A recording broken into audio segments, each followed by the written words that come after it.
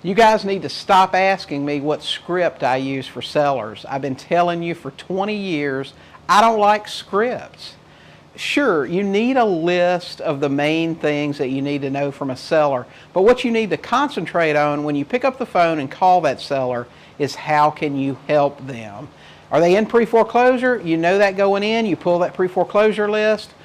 Talk to them about their house. Do they need to sell their house? How can you help them? Gather the information that you need to have. Don't focus on a script. I know there are some people out there that say it's a super important part. Everything needs to be scripted. I have found a lot more success with having a real conversation, listening to what the seller says, and giving appropriate responses. It's hard to do when you're focusing on a script, when you're thinking about what you're going to say and not what the seller's telling you. I don't like scripts.